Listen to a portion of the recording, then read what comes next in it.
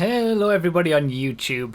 So this is a quick live stream that's going to turn into a video. As I've mentioned in previous videos, I am away in Sweden for the next 2 weeks. I'm going to still try and get some testing done, but the way that it's gone doesn't look like I'm going to have to do much testing. I'll explain about that, but I'm doing this quick live stream so that I can have a quick video uploaded to give you guys the basics on what's changed.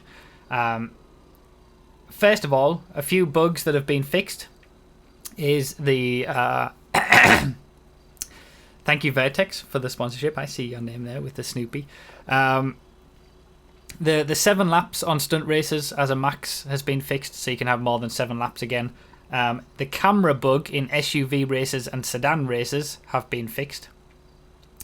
But that's pretty much it in terms of bug fixes. Wrenches still don't work in GTA races properly.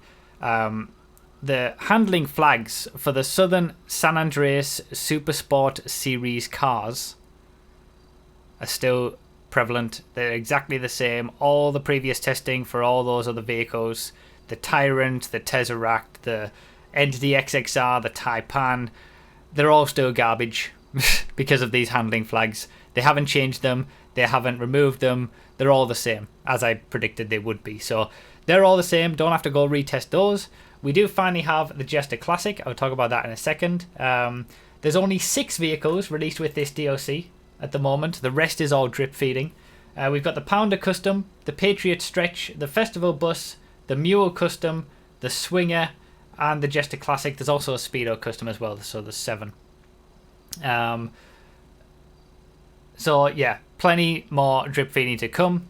There's also drip feeding of liveries. So the Futo, you'll notice, doesn't have its livery anymore because there's quite a few cars, old cars. There is the Coquette Classic, the Futo, the Jester Classic, as we've seen, has new liveries, but we'll know what the Jester Classic ones are. The older cars are the Coquette Classic, the Futo, the Mamba, the Penumbra, the Prairie, and the Ruiner are old vehicles from the day the game first came released, like the Futo for example, but they're getting new liveries, but they don't have them yet, so that's going to be drip feeding.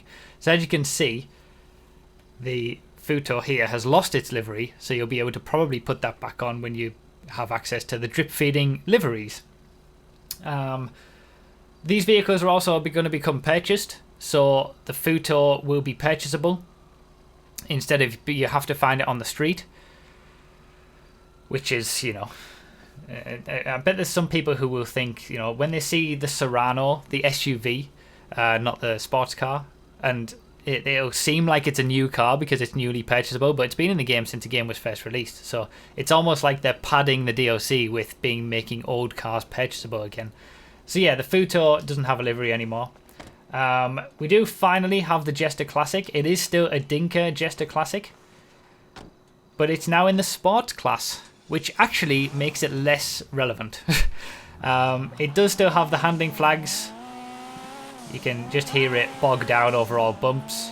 It's terrible. You can hear it when it tries to mid-drive speed button. Mid-drive speed boost. Does nothing. So it actually makes it less relevant putting it in the Sports class, because although the Jester Classic would have been off the pace in Sports Classics compared to the Turismo Classic, there were certain situations where it will be okay. Like on a flat track with a lot of corners, it was able to compete. But obviously, because it's now in the Sports class, it's, you know, going to get wrecked by the Pariah. It does have some new modifications though, in comparison to the one that was given to us during the Supersport Series DLC. The performance looks to be exactly the same. It's just all they've done is add some body modifications to it. Again, like I said, all the handling flags for the Supersport Series cars are still here, and some of the new cars as well have the handling flags on them also. So far be it from them removing the handling flags, they've actually added them to some of the new cars. So when it comes to new fastest cars in their classes, you're probably not going to see much, but obviously the testing videos will come and we'll explain all of that. But there are a few modifications, a few liveries as well for the Jester Classic, so it does make it a bit, better. We just did a Twitch stream. There's the Fast and Furious reference. Probably will be a 10-minute car as well with all these handling flags in comparison to the Pariah anyway. We did have a good laugh at this on Twitch because it does this, but supposedly this is a thing that they do in real life, mirroring it on the other side, which I think looks stupid, but at least it's not Rockstar doing that. So yeah, it's the same Jester Classic that we got given with the Southern San Andreas Supersport Series DLC. It's just that it's gotten a few extra liveries and body modifications, basically. It's no quicker. It's now in the sports class, which means it's going to be less relevant for racing than it would have been in the first place. So all the previous testing that I've done when it comes to the previous cars in the previous DLC, nothing's changed with them, so they're all the same. I don't need to go retest all those, and all the lap times from all the previous videos are all the same. Your Entity XXR or Taipan or Tyrant suddenly haven't got quicker. They're all still useless. Well, the Tyrant at least can be used in some respects, but not with Wagners and things. So yeah, there's not an awful lot car-wise in this DLC in general. Even when you take into account stuff that's going to be drip fed, it's very much very futuristic stuff. We're going to get a new oppressor, which has hovering and explosive minigun rounds, and it's just going to be ridiculous. There's a new sort of mini MOC, a few different futuristic doomsday type vehicles, really. So, from a vehicle perspective, there's not an awful lot to say about this DLC. The main aspect, obviously, is the nightclub aspect. It's the After Hours DLC. It's essentially the nightclub's DLC. There are 31 more slots, garage spots. So this area here is like a delivery vehicle area sort of thing, and you can get one vehicle in here of any vehicle. And then you can also purchase more slots. So 2, 3, and 4 are vehicle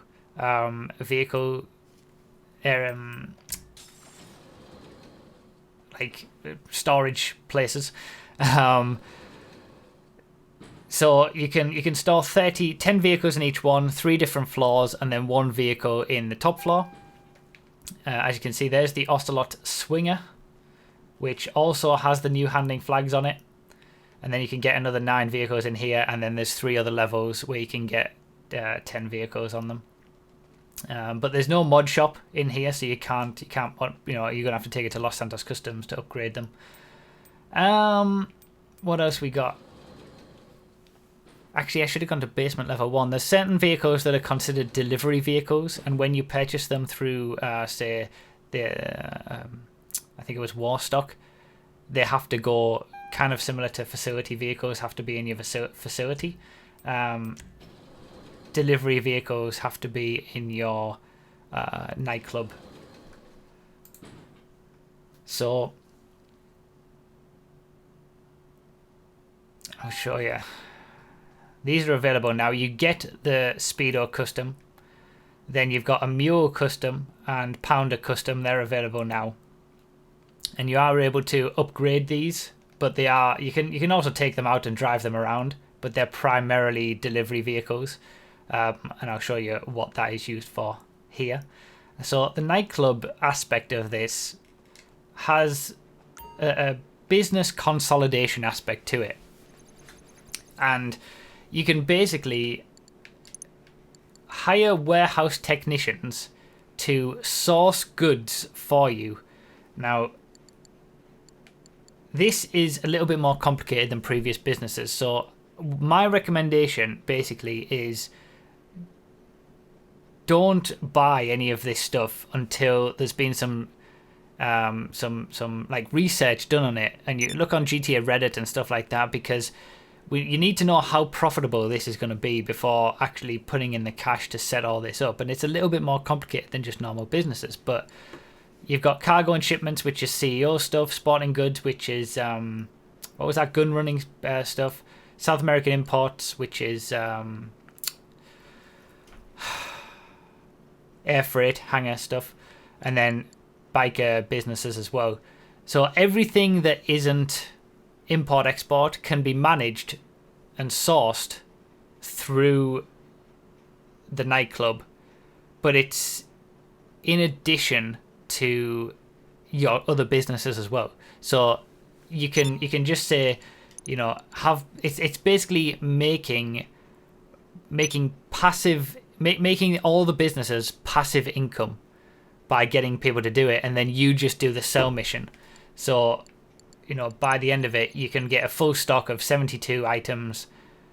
There'll be various ways to make it most profitable, which again is going to need research. And then you can use those delivery vehicles that we had to sell the stuff that you've gotten.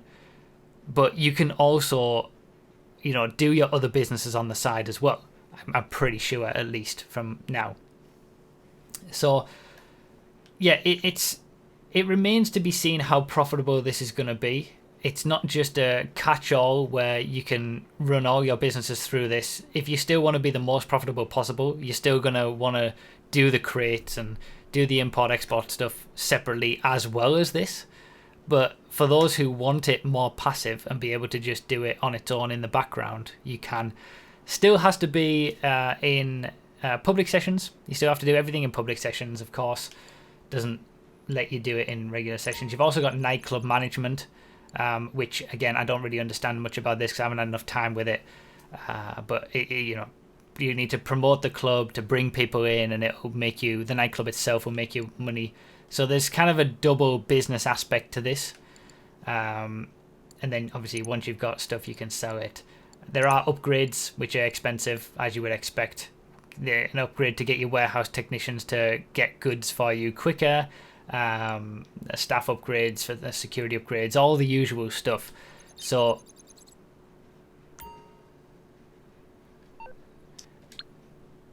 buying a nightclub is, on the face of it, as always with these things, cheap. You know, everything as always is cheap. The cheapest nightclub is down here, 1 million. But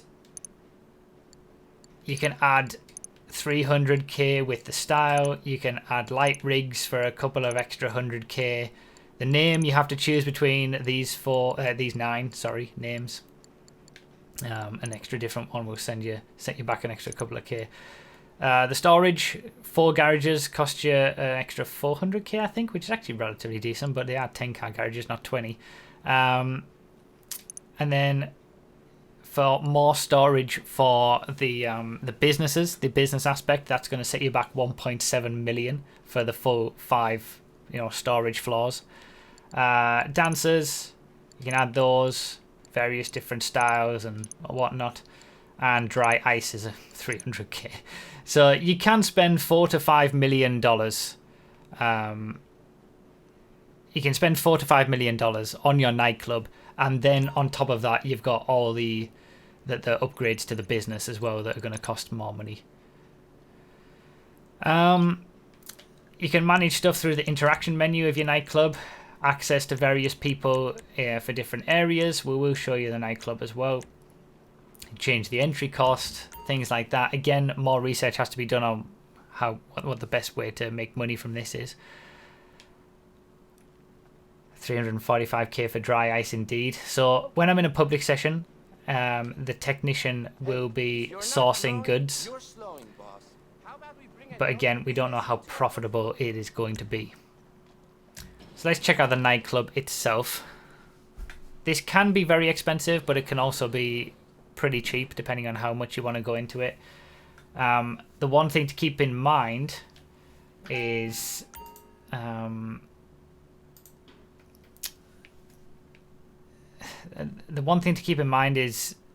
there is a lot of drip feeding for this. A lot of drip feeding. Naibu with the £2 super chat. Oh, there it is. I knew I'd set them up properly. Is the Dinka Jester Classic out as well? It is. I've just showed it. For anyone who's coming new to the stream, this is going to go up as a video. So if you feel like you've missed anything, go back and the video will explain it all. One thing that I'm curious about is this whole popularity thing. You have to do popularity missions. Like theoretically, you never have to do another source mission again for cargo or whatever, but maybe the popularity missions are just going to take the place of that. Who knows? Thank you so much for the donation, Naibu. I appreciate it. But yeah, drip feeding. A lot of cars, a lot of vehicles to come with drip feeding. There is a new plane called the Strike Force, the Terabyte, which is kind of like a mini MOC, and in that you're gonna have the ability to upgrade the new Oppressor, which isn't out yet. There's various drones. There's a new Ennis Stafford, a few off-road type vehicles, but in general, you know, nothing major, honestly. We've got a few new vehicles. Festival Bus you can buy. The Patriot Stretch as well. Those are the only two new vehicles here. The new vehicles on Warstock are the delivery vehicles I mentioned earlier. And then Legendary Motorsport, we've got the Swinger, which is a Sports Classic, and the Jester Classic, which is in the Sports Class. That's it. That's all the new vehicles that you can buy at the moment. And there's still another sort of 10 to go in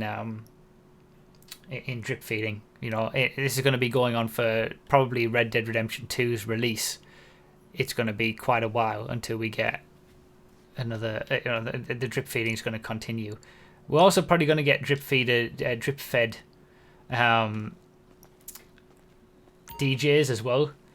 We have one DJ at the moment, but you can actually add other DJs to the roster. But it seems like that's going to be maybe that's what they're going to drip feed as well, adding in more DJs.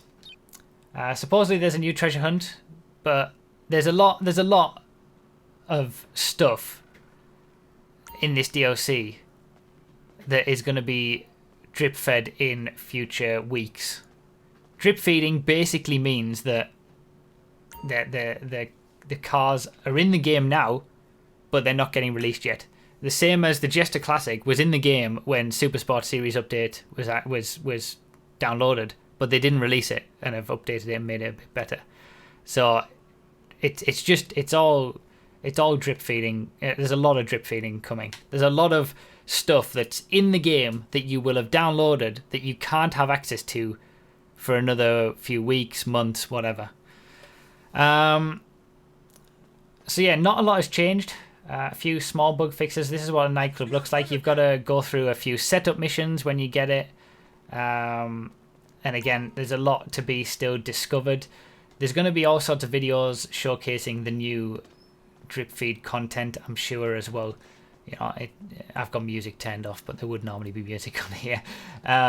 You know, really close now. Laszlo's back.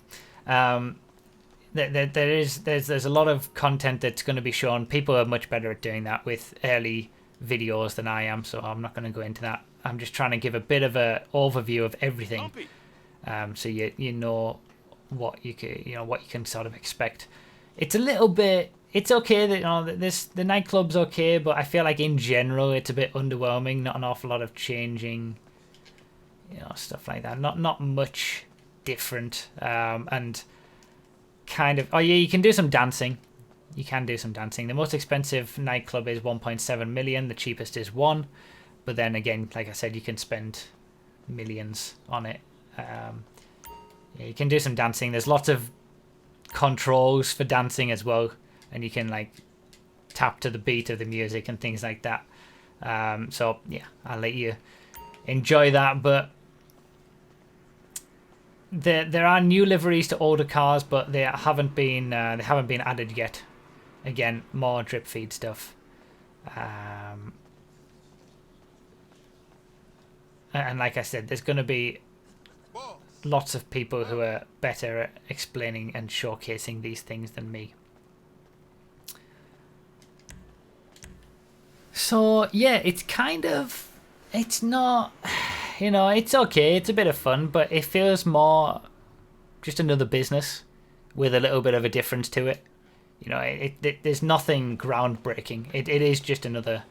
This is what it looks like from the outside. You can't get any of all the nightclubs are just sort of stock nightclubs.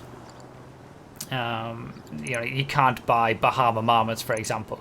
They're all the same interiors. You can obviously customize it, but LSIA nightclub, Elysian Island nightclub, Cypress Flats nightclub, you know, their names are based on where they're located. And the more north you go, the more expensive they are. If you want one in Vinewood, say, those are the most expensive. You can have some over by the beach or whatever.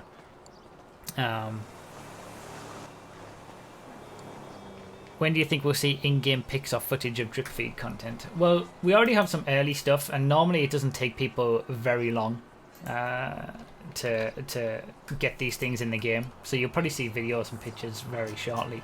I will go over, whilst we're here, thanks to credit to Foxy Snaps, I'll show you some of the vehicles that are being drip fed whilst we're here. Why not? So let's go here. So the Mule Custom, that's here.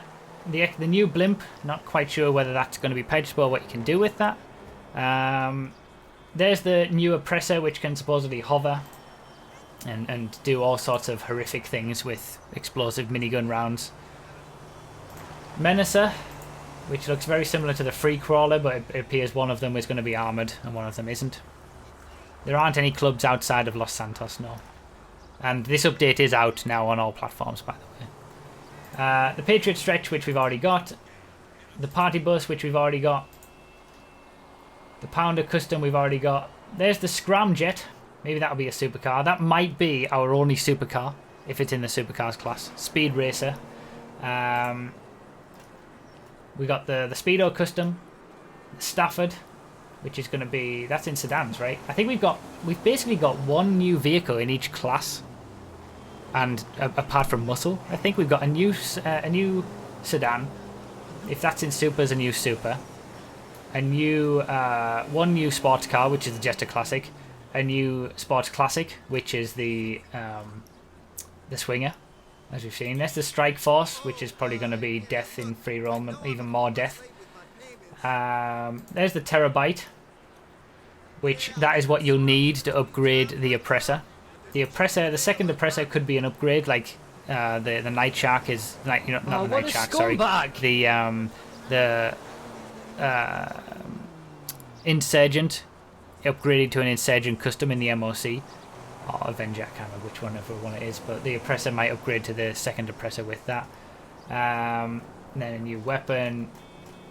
These are the drones. Don't know how they're going to be used. Maybe it'll just be missions. So yeah, that's pretty much it. You know, that is it. That's all that's in the game files. There's no crazy supercars. There's no, you know, more sports cars or anything like that. The only reason that we have a sports car is because we have the Jester Classic, which was moved from sports classics to sports, and it would have actually been more relevant and better balanced in sports classics, amazingly. So a bit of a misstep on that one. Dimitri Shostakovich, thank you for the 23 months for the Twitch subscription. I appreciate it. Yeah, upgrading it in the MOC isn't enough. You need to buy the Oppressor, then buy a giant truck, then pay to upgrade the Oppressor, of course. So, you know, it's kind of... There's not an awful lot there, I think, for the DLC. And not an awful lot of the stuff that we already have has changed either. And especially for us in the racing and racing community and you know, car interest community, there's not an awful lot there. And the business aspect of it, there is a little bit more interest with it consolidating other businesses. Need, boss? Some wheels? I can bring them around. It's just that, honestly, it's just another business again, you know. The blimp, the blimp might be used in a mission when you promote the club, actually. I don't know whether you can actually get it free roam. No new weapons. I went to the store, the clothing store, and there wasn't any new clothes in there. No new haircuts, tattoos, anything like that. Very few new cars. Again, there is a lot of new stuff, that you will have downloaded with your update. It's just not being released immediately. You're gonna have to wait weeks, months for it with drip feeding of content. So yeah, that's pretty much it. I was expecting this to kind of be a half-hour long stream and me struggle to fit it all into the half an hour. I feel like I hit the main points at the very start. The handling flags are still there. The Swinger, for example, has the new handling flags as well. All the Southern San Andreas Supersport Series cars are still as bad as what they were.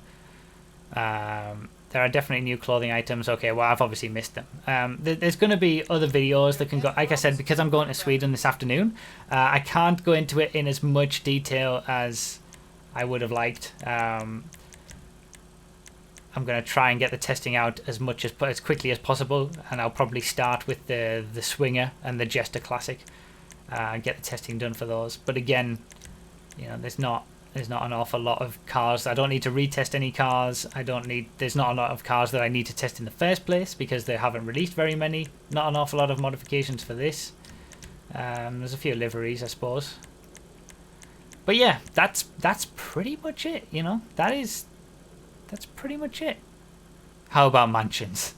Yeah, there's no mansions. So yeah. There's going to be a lot more to come from this DLC. There's going to be a lot more information over the course of the next few days as well, when people dig into the files and see what's to come and get access to things. Obviously, maybe we'll get an idea of the order that things are going to be released for the drip feed content. You've already said everything there is because there's nothing interesting. Well, I do get my told you so moment. I did consistently say since the new handling flags were introduced, they're not going to remove them, despite people hoping that they would, thinking that they would. I didn't. So they didn't, and I get that I told you so moment. They're all still the same. The only bug fixes that we've had, I told you that there weren't bugs. The new handling flags are not bugs. They're intended behavior, and we just don't like them. So cars are still going to be slower over bumps, at least the Southern San Andreas Supersport Series update cars, and some of these new cars as well are worse over bumps. And if anyone doesn't know what I mean, search my channel for what's wrong with the Entity XXR. That video will tell you everything that you need to know. But yeah, like I said, keep an eye on the channel. I'll put up the testing videos as and when I can for these new vehicles, but thankfully there's not an awful lot of testing that I'm going to have to do because there's not an awful lot of vehicles. And nightclubs, keep an eye out on Reddit and stuff like that for when people actually do some research into how profitable it is. Yes, feel free to get a nightclub for 1 million, say, and enjoy the features, but I wouldn't buy all the upgrades straight away until you're absolutely sure that it's something that you want. So yeah, no, I don't think anything is going to be a new top car in the class as well, so if you're thinking about racing, you don't need to worry about anything either. Alright, thank you Vertex for sponsoring the channel as well. I appreciate it. I haven't been able to replay the message, but I've seen it in the sponsorship. And thank you Naibu for the super chat during that. Thank you all for being here. 1,000 people for my first YouTube stream, my first public YouTube stream for a long time, since we stopped doing the content creator streams on YouTube. So yeah, thank you guys for being here. Hopefully I've covered everything well enough. Like I said, got to go to Sweden this afternoon, so got to catch a flight. So yeah, it's been a quick one. Just had to cover everything as quickly as possible and kind of get into it as cover as much of it as possible. But more stuff will come in the next few days, I'm sure. Thank you guys as always for all the support that you show. Thank you for coming to the stream in the numbers that you have. Those who are watching this as a video, thank you for watching. Thank you for being patient with the testing, and I really appreciate everything, all the support for you guys that you guys show me. Okay, time for me to go. Thanks for watching everybody, and I'll see you next time. Bye bye.